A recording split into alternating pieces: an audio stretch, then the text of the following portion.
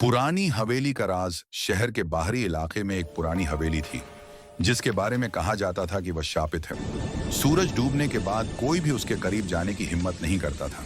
यह कहानी है करण और उसके 3 दोस्तों, रिया, समीर और निशा की। वे सब रोमांच की तलाश में थे और उन्होंने रात को हवेली के अंदर जाने की चुनौती स्वीकार की। रात के ठीक 12 बजे वे हवेली के भारी जंग लगे दरवाजे को धक्का देकर अंदर घुसे। अंदर भयानक खामोशी थी जिसे सिर्फ उनकी दबी हुई सांसों और हवेली से आ रही सड़ी हुई लग्धी की गंध तोड़ रही थी। हर कदम पर लकड़ी के फर्श से एक डरावनी चरमराहट की आवाज आ रही थी। वे पहले एक बड़े हॉल में पहुंचे।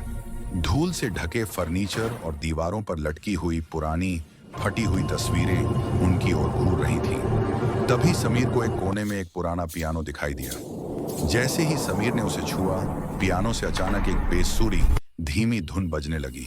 पर कमरे में समीर के अलावा उसे बजाने वाला कोई नहीं था। डर से कांपते हुए वे तेजी से अगले कमरे की ओर भागे। दूसरे कमरे में, जो शायद हवेली की मालकिन का बेडरूम था, हवा एकदम से ठंडी हो गई। रिया ने देखा कि एक पुराने ड्रेसिंग टेबल के शीशे में उसकी खुद की परछाई के पीछे एक सफेद साड़ी वाली औरत खड़ी थी। रिया चीखी और जैसे ही पीछे मुड़ी, वह औरत गायब हो गई। उनका डर अब चरम पर था।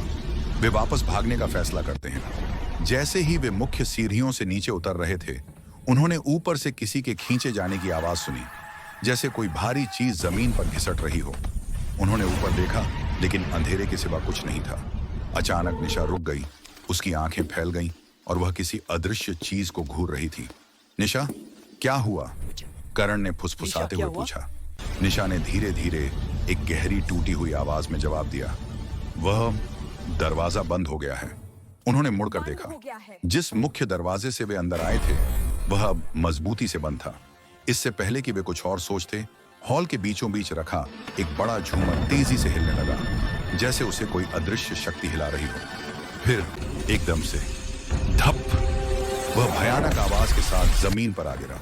चारों दोस्त चीख पड़े और जान बचाने के लिए अलग अलग दिशाओं में भागे। करण और समीर एक गलियारे में भागे।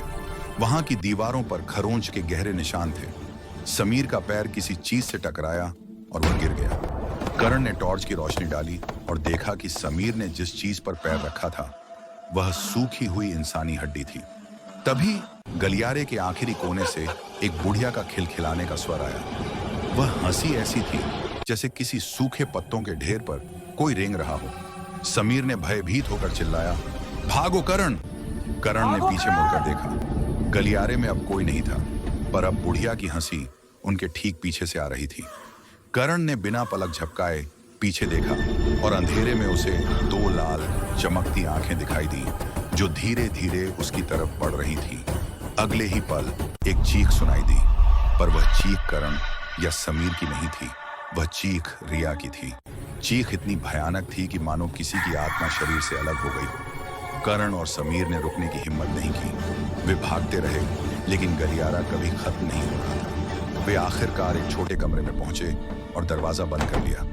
वे हाँफ रहे थे और उनके दिल तेजी से धड़क रहे थे। रिया और निशा वो कहाँ हैं? समीर ने कांपते हुए पूछा।